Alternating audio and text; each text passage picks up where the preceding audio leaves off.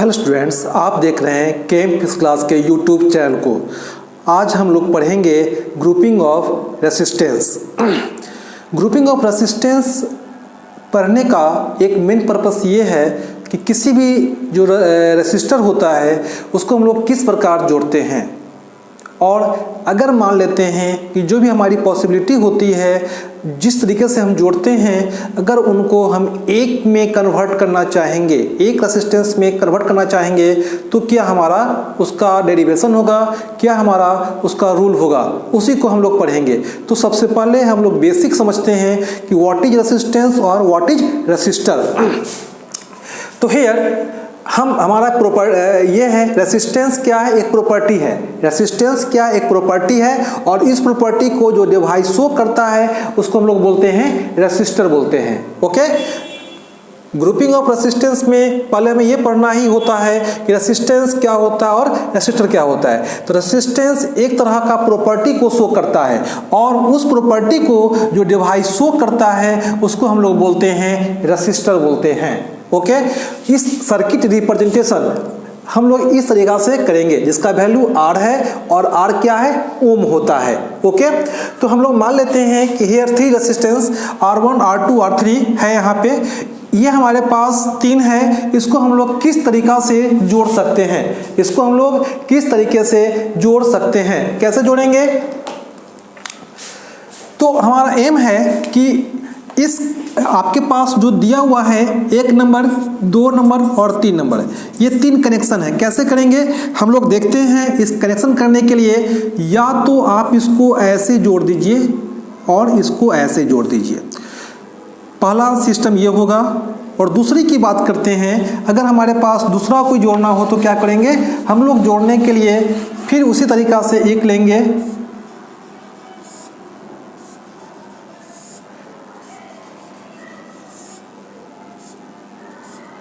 R1 R2 और R3। कैसे जोड़ेंगे, पहले हमने B को C से जोड़ा, D को E से जोड़ा, तो ये एक क्रॉस कनेक्शन हो गया। अब हम लोग क्या करेंगे, A C E B D F हम लोग क्या करेंगे, A को C से जोड़ेंगे, A को C से जोड़ेंगे और C को E से जोड़ेंगे। सिमिलरली B को D से और D को F से जोड़ेंगे। तो हम लोग ने देखा यहाँ पे कि कनेक्शन करने का 2 सिस्टम हो सकते हैं। एक इस तरीके का, इसको हम लोग बोलते हैं, इस तरीका से जो हम लोग कनेक्शन करते हैं उसको हम लोग बोलते हैं सीरीज कनेक्शन।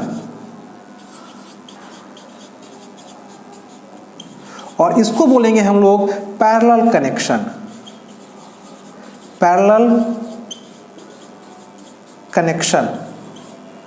सीरीज कनेक्शन और पैरेलल कनेक्शन। कैसे करेंगे, अब हमें यह दोनों सर्किट को, इस दोनों सर्किट को कुछ इस तरीका से रिप्लेस करना है, R इक्विवेलेंट। इट मीन्स कि जब R1 R2 R3 सीरीज में जुड़े होंगे तो हमें इस R1 R2 R3 को रिप्लेस करके एक लगाना होगा, वह क्या है, R इक्विवेलेंट। तो हमें एक फॉर्मूला ड्राइव करना है कि इसका और इसका, जब ये R1 R2 R3 जब सीरीज कनेक्शन में जुड़े हुए थे तो इनको हम लोग हम एक में रिप्लेस करना चाहते हैं R इक्विवेलेंट में। तो उसका हम डेरिवेशन करेंगे जो इसके बाद हम करेंगे अभी। उसके बाद क्या है, यह R1 होगा, यह R2 होगा और यह R3 होगा।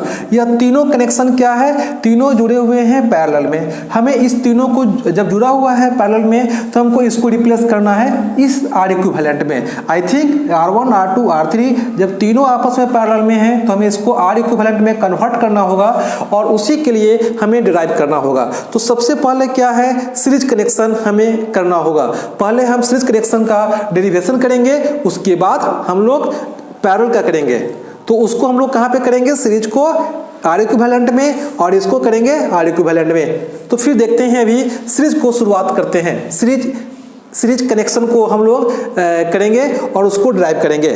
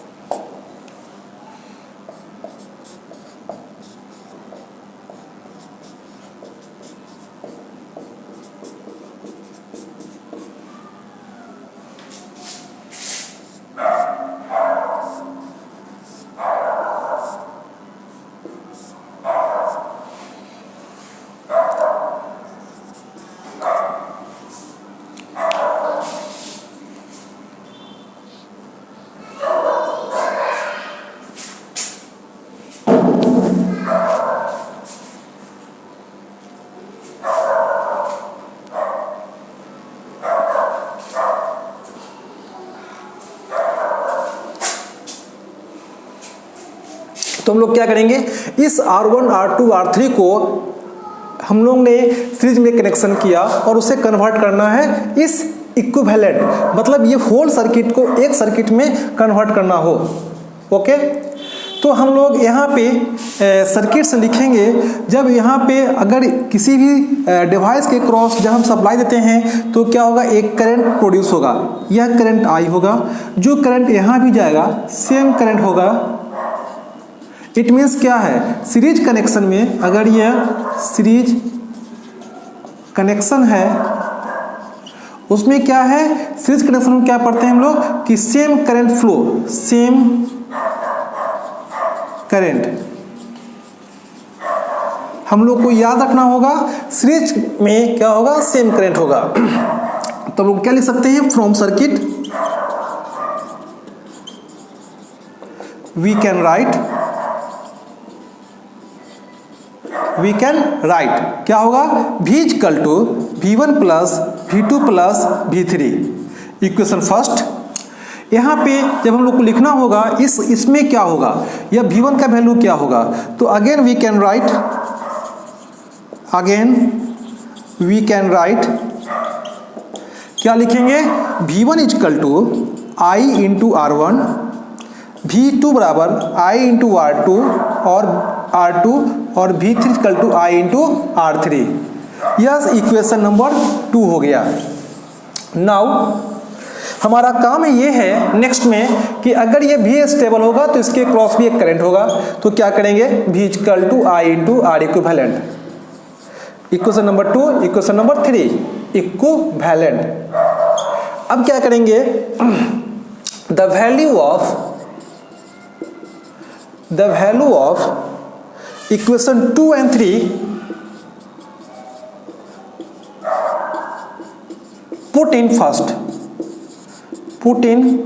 क्या करेंगे बाबू, V equal to V1 plus V2 plus V3 को हम लोग यहाँ पे रिप्लेस करेंगे किससे, I into R equivalent, I into R1 plus I into R2 plus I into R3। Okay, दोनों तरफ I है, कॉमन ले लेते हैं, R1 plus R2 plus R3। यहाँ पे क्या होगा, I equal to R equivalent cancel out, क्या होगा, R equivalent equal to R1 plus R2 plus R3। यह हमारा एक फॉर्मूला ड्राइव होके आ गया जब इस R इक्विवेलेंट का वैल्यू निकालना हो in term of R1 R2 R3। यह हमें याद रखेंगे। एक थिंग और है कि जब कोई हमें कॉम्प्लेक्स सर्किट दे दिया जाए और उसे में हमें मालूम करना हो कि वह कौन सा कनेक्शन में जुड़ा हुआ है, आई थिंक सीरीज और पैरेलल, तो हमारा एक काम होगा कि हम एक आर्बिट्ररी करंट को फ्लो कराएंगे, अगर सभी डिवाइस के क्रॉस सेम करंट फ्लो करेगा वह कहलाएगा इन सीरीज कनेक्शन, तो यह होगा R equivalent equal to R1 plus R2 plus R3। Okay, अब हम देखेंगे पैरेलल कनेक्शन को कैसे करेंगे।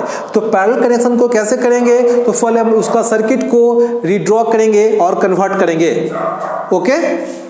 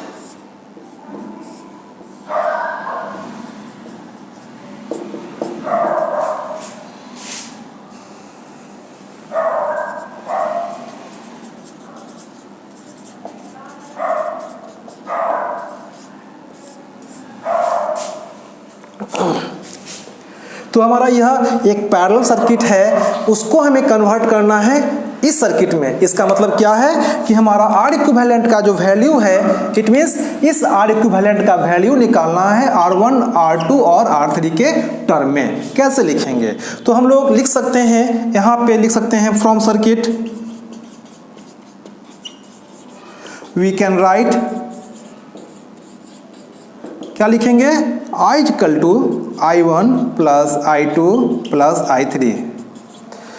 ओके, यहाँ पे क्या है? करंट डिफरेंट है। तो इसके पहले वाले केस में हमने आपको बोला था कि जब सेम करंट होंगे तो क्या हो जाएंगे? सीरीज में हो जाएंगे, और डिफरेंट करंट होंगे तो पैरेलल में। इट मीन्स क्या होगा? अगर हमें याद रखना होगा तो क्या लिखेंगे? Different current, different current. एक थिंग और मुझे याद रखना होगा, यह पॉजिटिव है और यहाँ पे निगेटिव। इसका मतलब यह होगा यह शॉर्ट किया हुआ है, ये भी प्लस और ये निगेटिव। इसका मतलब क्या है? R1, R2, R3 के क्रॉस सेम पोटेंशियल होगा। तो यहाँ पे क्या लिखेंगे? Here the potential across each resistor is same. So we can write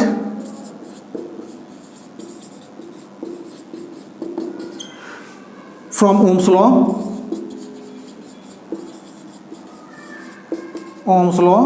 V equal to I into R। तो यहाँ पे क्या होगा सर्किट में? हम लोग लिखेंगे, हम लोग लिख सकते हैं V equal to I1 into R1, V बराबर I2 इंटू R2, V बराबर I3 इंटू R3। हमें क्या करना है? इस I1 I2 वैल्यू निकालना होगा। क्या करेंगे? जिस तरीका से I इक्वल टू होता है V बटा R, वैसे वो लिखेंगे यहाँ पे I1 इक्वल टू V बटा R1, I2 equal to V बटा R2 और I3 इक्वल टू V बटा R3। Okay, equation number 1, equation number 2। और हम लोग को क्या करना होगा? फ्रॉम सर्किट 2, यह सर्किट 1 था, यह सर्किट 2 था। क्या लिख सकते हैं? V equal to I into R equivalent. तो यहाँ पे क्या लिखेंगे? I का वैल्यू V बटा R equivalent. Equation number 3।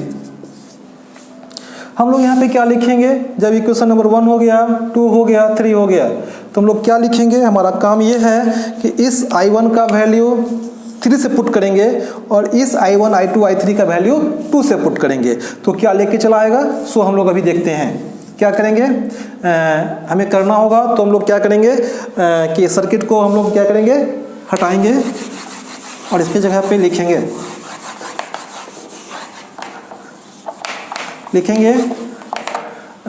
The value of equation 2 and 3 put in first, 2 and 3 put in फर्स्ट। क्या करेंगे बाबू?